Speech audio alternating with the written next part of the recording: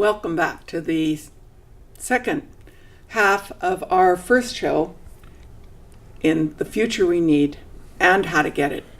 The second half each month is going to take the ideas we've talked about in the first half of the show and bring them home.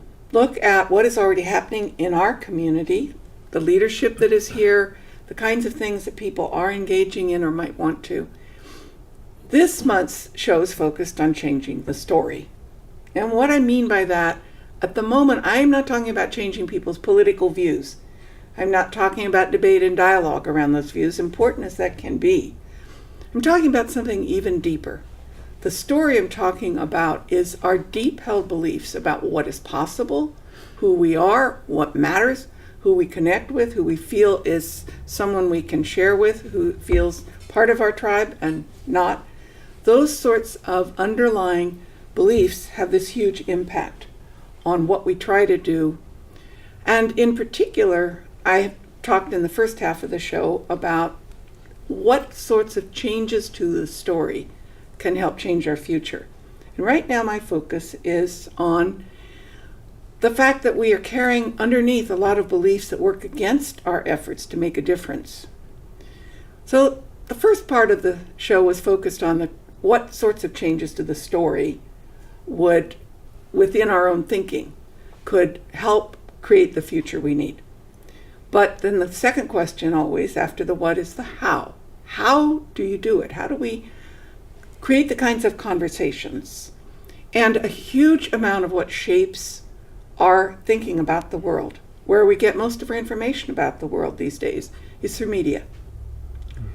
And two of the things that are changing when I'm talking about people all over the world stepping up and taking action, many professional journalists are making a conscious commitment to positive journalism. They are taking responsibility for getting those stories of what is working or could work into the news. And another major thrust, partly made possible by the communications technologies available now, but bringing it into fruition, is citizen journalism, where citizens take responsibility for finding and creating stories that really work. Here at home, right here in Santa Cruz, we are blessed with really one of the best exemplars of that in our community television, and I have to say personally, in Mathilde Rand. Everything on this side of what we do in community TV here is volunteer, and Mathilde is the one that oversees all of this, produces shows. And Mathilde, you invited me almost a year ago now to do a television series, and at the level of, you have been amazing. I have missed so many deadlines you gave me, and you never get on my case about it. You just continue to be supportive. Yes, we can do this, we can do it.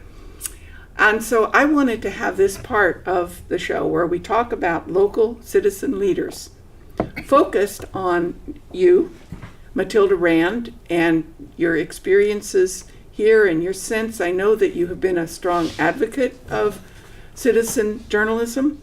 In fact, it was from you I first heard the term. So I would like to give you the opportunity to share with this community what it means to you and what kind of impact it can help have. Well, thank you for those kind words. I must tell you, though, that my role is not as big as you may see.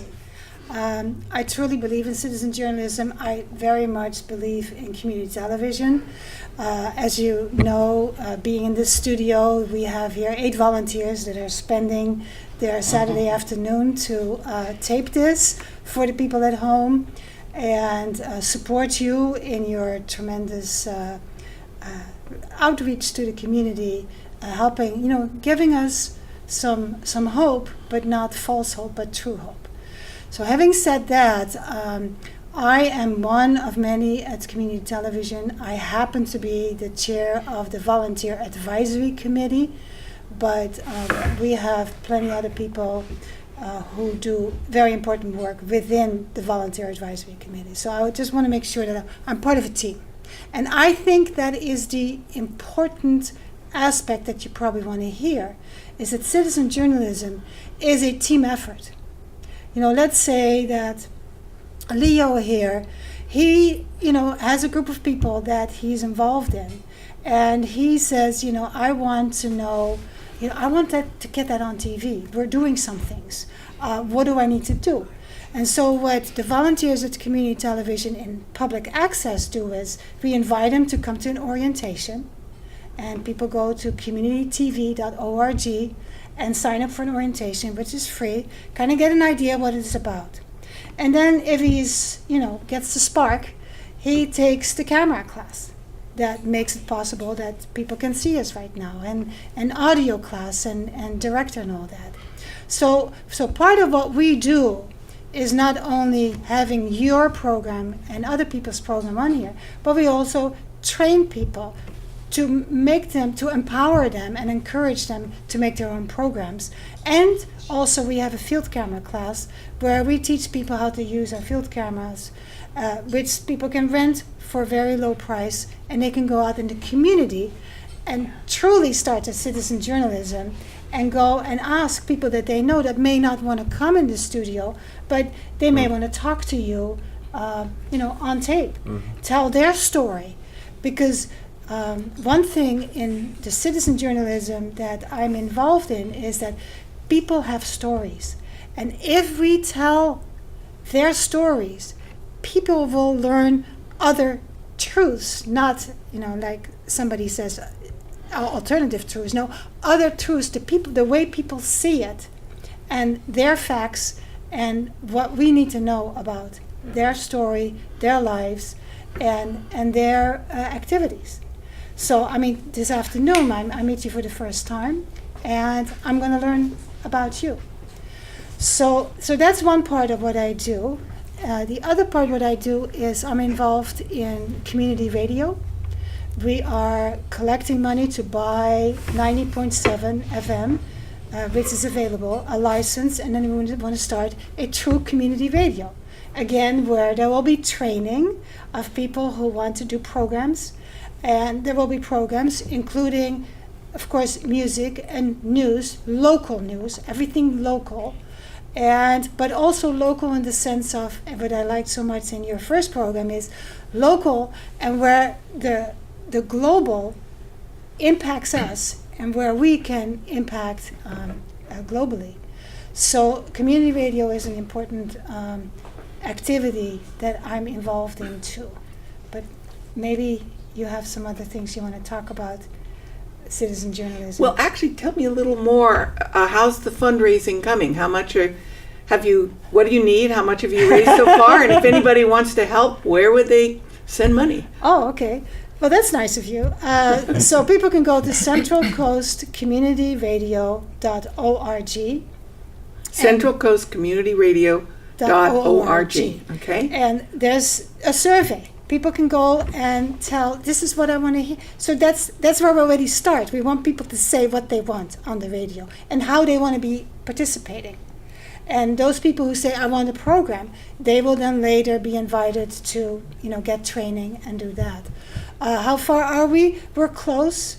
It depends on, I would say maybe another 50,000. Out of how much? Where was your goal? 265. You started with a goal of 265? 265. We started, and then also about 35,000 to start the first year. But, so maybe 50,000 more. But we have some people in the wings that say, you got this close. We cannot let you, we worked on it for a year, we cannot. So there'll be some other support from people. But those people who have not contributed yet and believe in it, I would say do it, because it makes our team, again, the team, we have 300 people right now, it makes our team even bigger. And then more input, more diversity. We want more diversity. So tell me, how does community radio, the kind you're trying to create, differ from public radio that we have in Santa Cruz? Well, public radio, we don't have it in Santa Cruz anymore. That's true. But there is in other places that people can get here. Public radio has a lot to do with NPR. But there are also programs that are not related to NPR that many of the public radios have, such as Democracy Now!,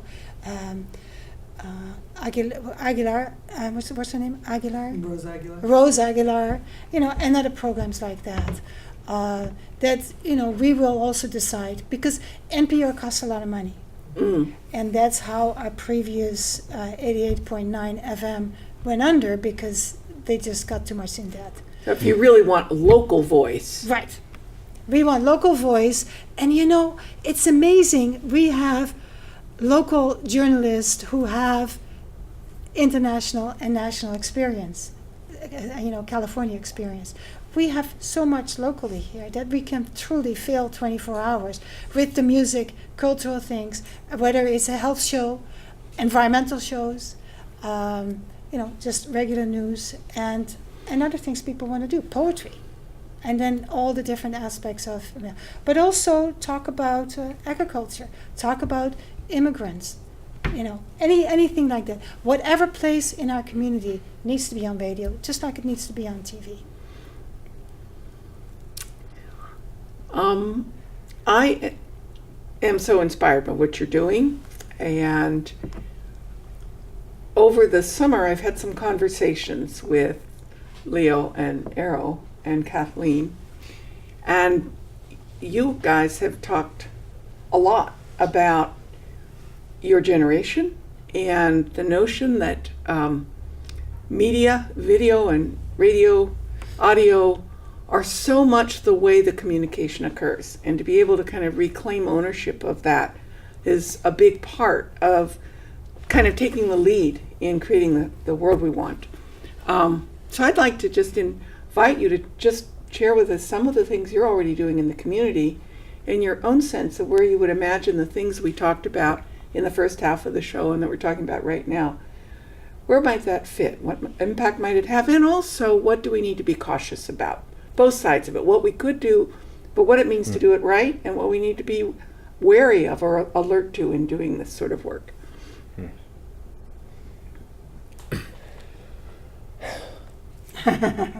Well, you posed a lot of questions there, so I'll try to answer them, just speaking from my truth. I'm seeing that we should, by the way, tell the audience, these guys didn't know I was going to do this to them. No, we didn't. This is absolutely spontaneous, unrehearsed. They weren't even thinking about it at 3 o'clock this morning. This is just like, okay, you're on. What do you want to say? Well, thank you for inviting us, first of all. Yeah. So, I wonder if I should give an introduction or something. Sure. So, I know Nancy through the Quaker Santa Cruz Friends meeting, the Santa Cruz Quaker Friends, and we have a midweek worship in which we talk about all of these very far-reaching issues that we're looking at today, and I'm seeing it as a place where we can collectively wake up, kind of as a seed. And so it's done a lot for me in that waking up process, and it's allowed me to share a lot of my thoughts and beliefs that I wouldn't share otherwise. So I'm extremely grateful for you, Nancy, for bringing that together and hosting it at this time. So in terms of media, I've got a lot of thoughts about media. Kind of first and foremost, we should definitely cut out as much media as possible. Simplify. Keep going. Because it's just owned, and we know this. There's such a corporatization of media that it just takes over the collective consciousness of our youth, which is so entrenched in this stuff. Although it's nice that we have the internet now. We can create our own media. I guess one of the challenges with that is sort of an appeal to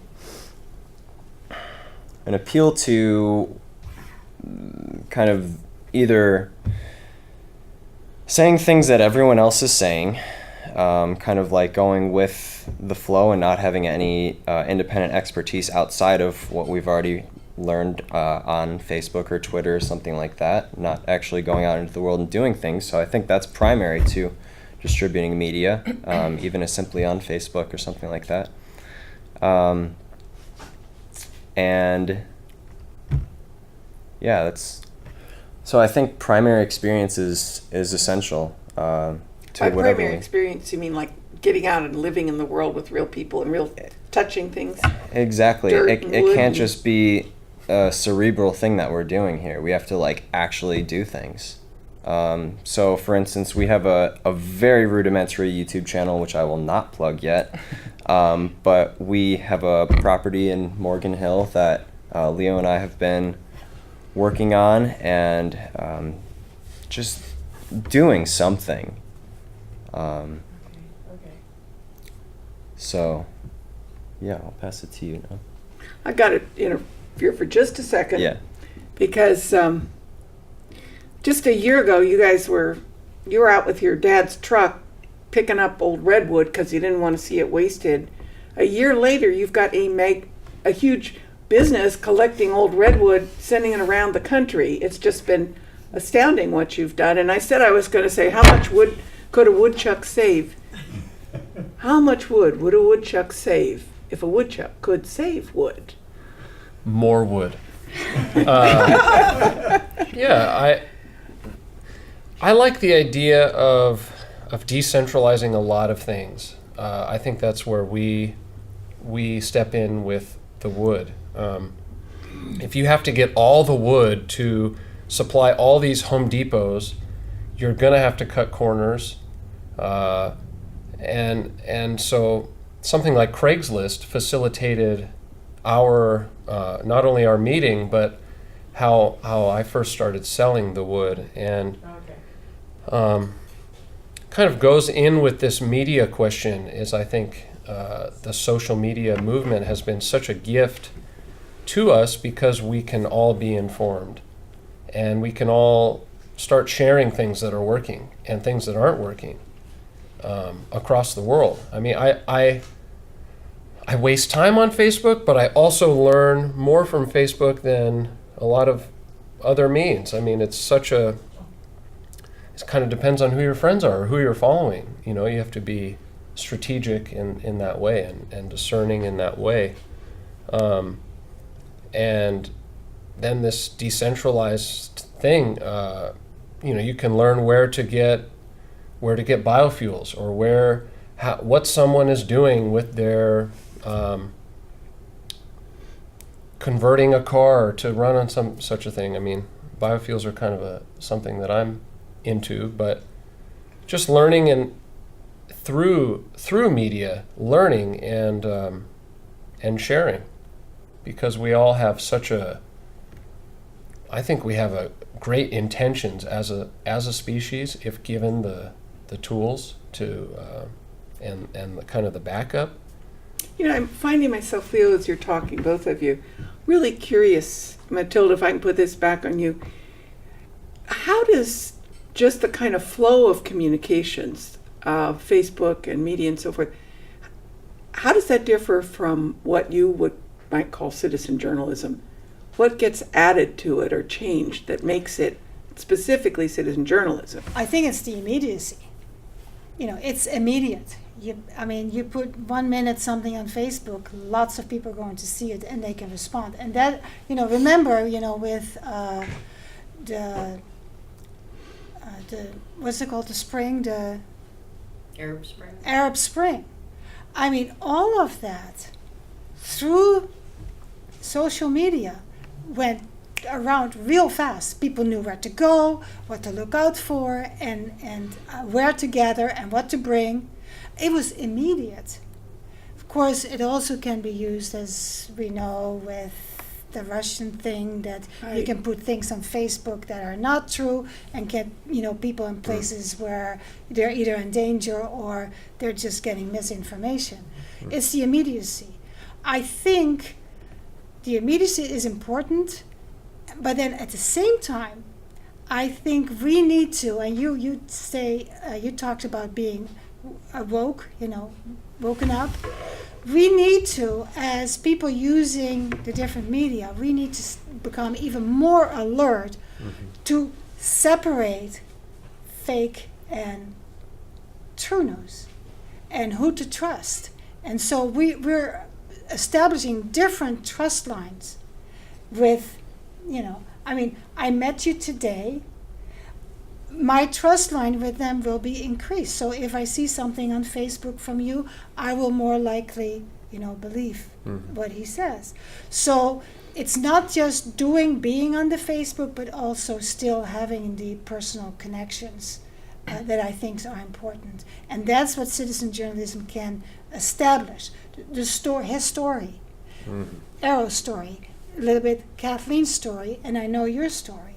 So together, we're a patchwork of stories that will help the audience to see that we want change, and we want a future that we're going to all live in.